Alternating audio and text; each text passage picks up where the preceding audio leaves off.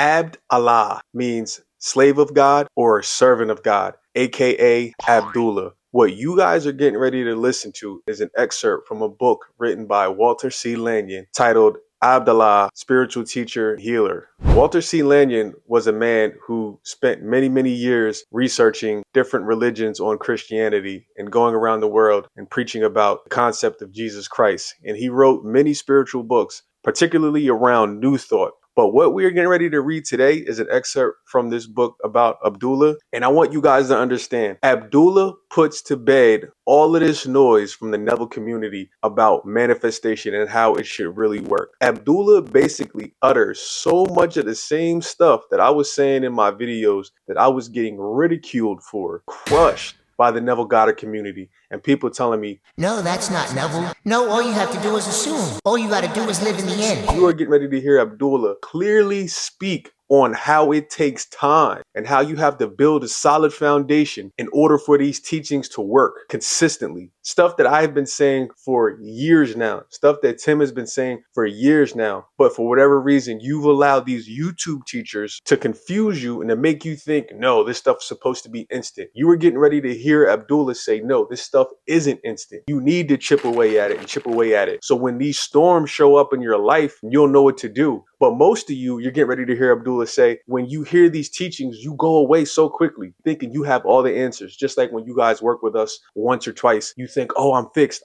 And then when these storms show up, you guys don't know how to manage the storms. When your SP shows back up, you don't know how to manage your SP because you thought that you heard Marv say you are God, or you heard this other YouTuber say you are God. You thought that was the end all or be all. That was all you needed to know. So you went about your way and you thought you had stuff figured out. And then next thing you know, all of these problems started showing up and you didn't know how to weather the storm. Abdullah is getting ready to break all of this down, and he's getting ready to absolutely shit on all of you in the Neville community that said, Marv, you're wrong. You don't know what you're talking about. Marv, you're preaching law of attraction. You're not preaching law of assumption. Abdullah is literally, Neville's teacher is literally getting ready to shit on all of y'all because this guy didn't just teach Neville. Joseph Murphy, Genevieve Beren, Thomas Troward, all of these people, these great teachers all got their style in a sense from Abdullah. And around the time in Harlem, apparently there was a lot of great teachers that were coming out of Harlem, NYC at the time. And Abdullah was one of them. But there was also other people such as Father Divine and a bunch of others that people have no idea about. But Neville always gets the credit. But as I said before in past videos, so many people take Neville's teachings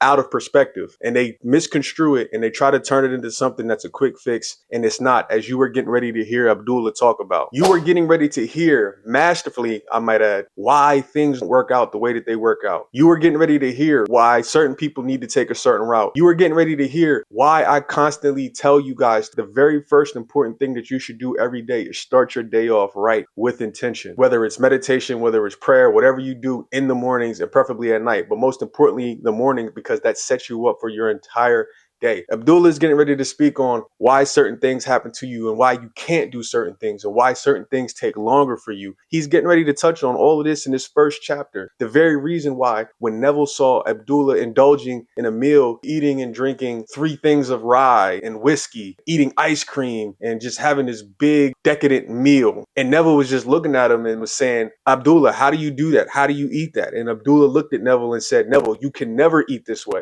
Because you have quibbles, because you think that what you eat is important. You think that what you eat, it matters when it doesn't. And so Abdullah explained to Neville, you can't eat the way I eat. You can't have 3 things of whiskey. You can't eat ice cream the way I eat ice cream. You can't have this decadent meal because you're not on my level. That's basically what he told Neville. And this is exactly what I've been trying to tell some of y'all out there. Some of you guys are taking this approach, not building a solid foundation. And you think, oh, I heard this message once. I got it now. I got it figured out. Oh, I listened to Neville's books. I read all of his complete reader. I know what to do now. Oh, I worked with Marv once. I worked with Marv twice. I know what to do now. No, that is not the case. Just as it wasn't the case with Neville. When Abdullah told Neville, you can't eat like how I eat because my mind is up here. This food has no effect on my body. But if you eat the way that I eat, you're probably going to get sick. It's going to poison you. That's what he told Neville. He said, if you eat the way I eat, it's going to poison you because you have quibbles about food. And I want you to know this is the exact case with a lot of you. A lot of you have quibbles with whatever it is in your life, whether it's relationships, whether it's money, whether it's food, whether it's whatever. Many of us on this planet, we have quibbles in one area or multiple areas that we need to fix. So I think now it's just best to let Abdullah explain in his own words. But also look out for the full reading of this book because I'm going to put the full reading of this book on my channel. And without further ado, The words of Abdallah. Abd Allah, teacher, healer. A sequel to the book, And It Was Told, of a Certain Potter. Written by Walter C. Lanyon in Carthage, Missouri, on 1921. This book is lovingly dedicated to the thousands of readers of my books, with the sincere hope that the message which I have tried to give will be received by them. Many of you I know either personally or by correspondence, but to all of you I say, be of good cheer. There is nothing that cannot be overcome by truth. Prove all things, and hold fast to that which is good. Chapter 1. Behold, the day breaketh. As Jethro came through the low gate, he saw Abdallah working on a vase. It was a lovely thing to behold, large and of a color, heavenly blue. The graceful arms of the potter embraced the vase as he painted upon the clear field clusters of almond blossoms. Jethro stood for a moment watching the potter turn from his vase to the cluster of almond blossoms, which almost touched his bare brown shoulders. The almond tree stood covered with its mist of silvery whiteness against the clear sky, and the wonder of the day, morning, hovering over all. "What a glorious vase," he said, "and how perfectly you are getting the sky and the almond tree into it. When I look at it, the one becomes lost in the other." "As it should be," said Abdallah, not looking up from his work. "When you have a perfect concept of something, it is easy to reproduce it."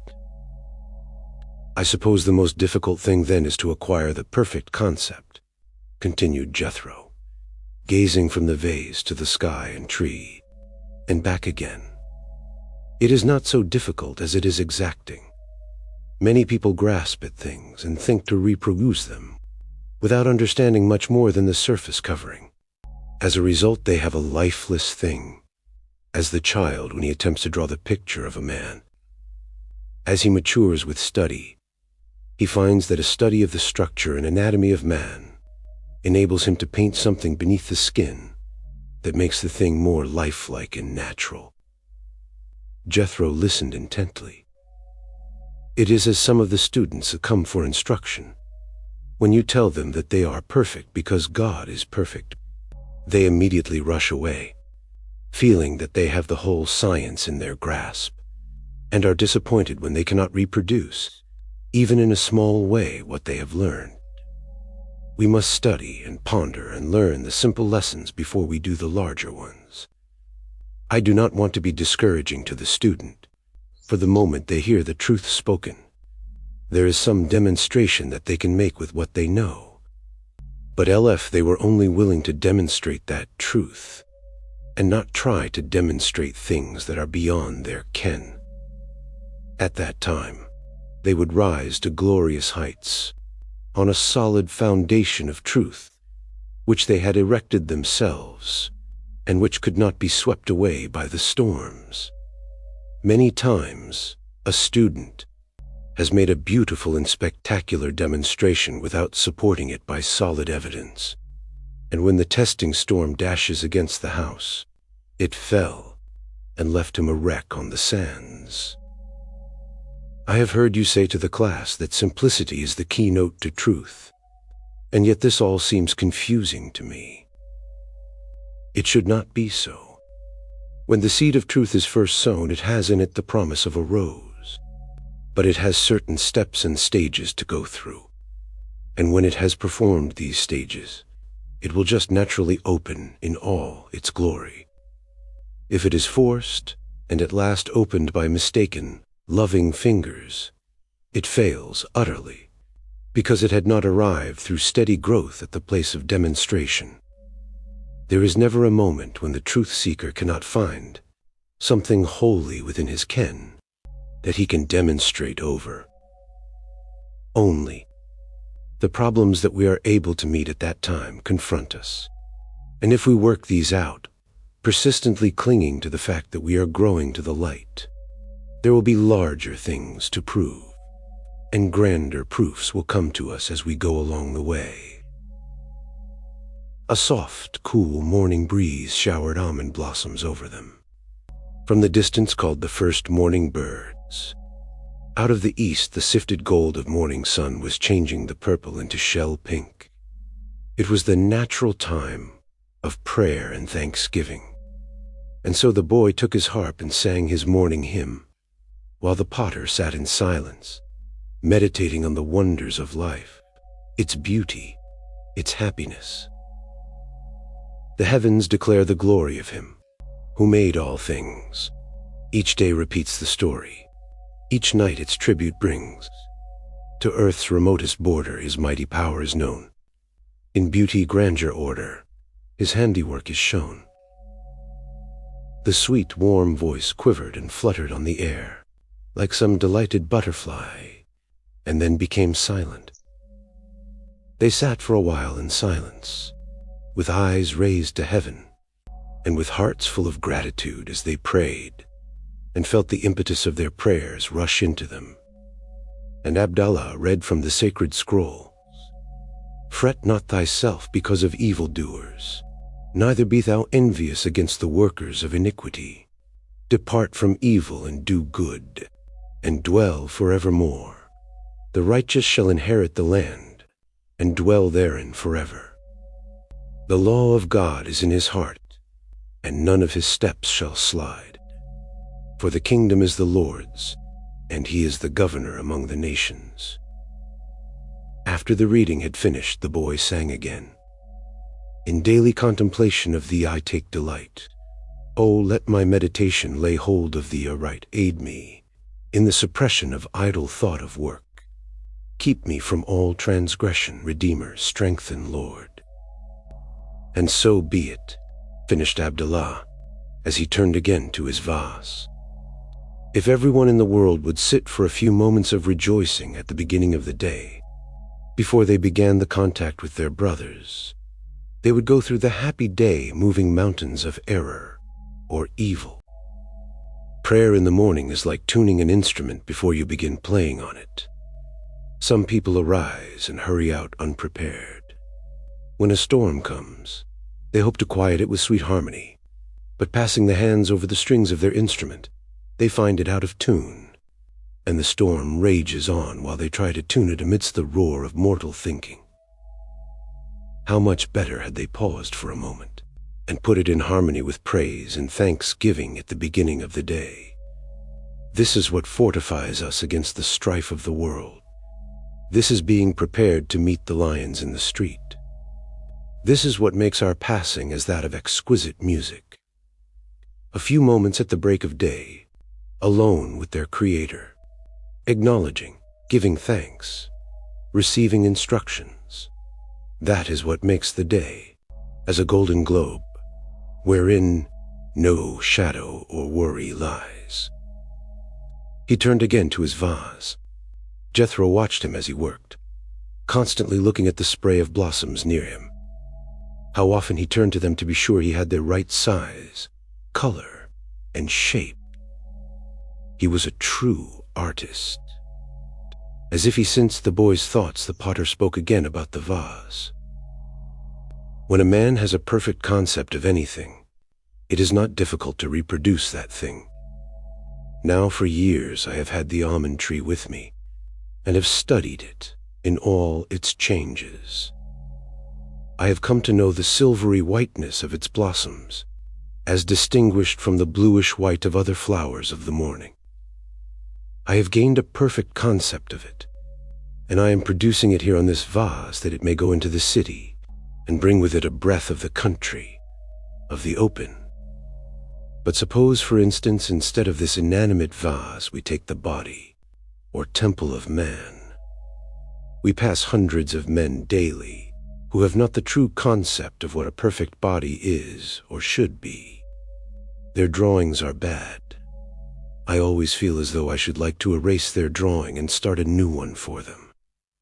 I instinctively want to give them the true concept of health or joy and happiness, that they may picture it forth on the temple and make it a glorious thing, a thing of beauty and a thing of use. There is a grand and glorious law governing this all. It is the blast upon the trumpet, which shall awaken the dead. As a man thinketh in his heart, so is he. So simple that it seems difficult. People pass it by every day without noticing it.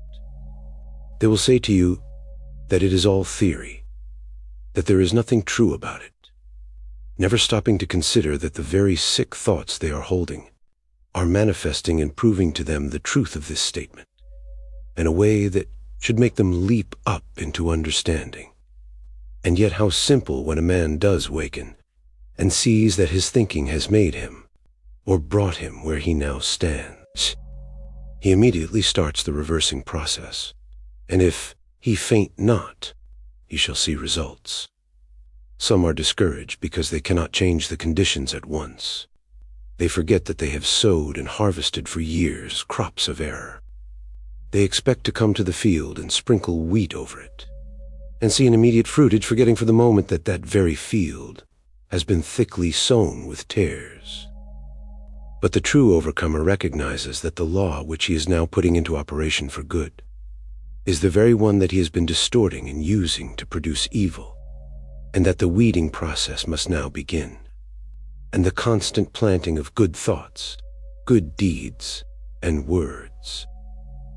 This is all a glorious work to the overcomer. No matter how great the problem before him, he moves towards it.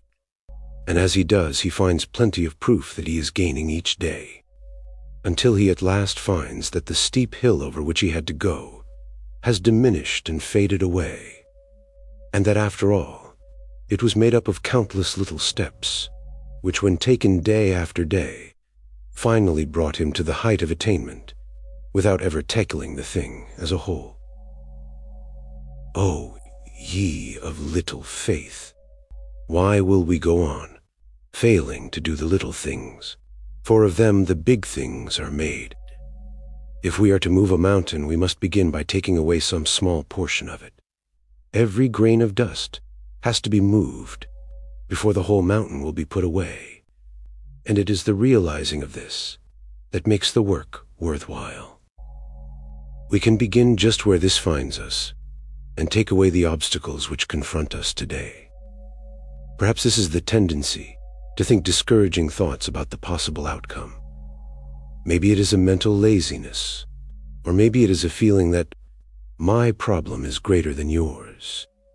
But anyway, whatever it is just a little grain of dust which must be moved away today, so that tomorrow more debris can be removed. And at last, by daily cleansing and putting away, we will find the mountain has been entirely moved, and that we have attained the heights of demonstration.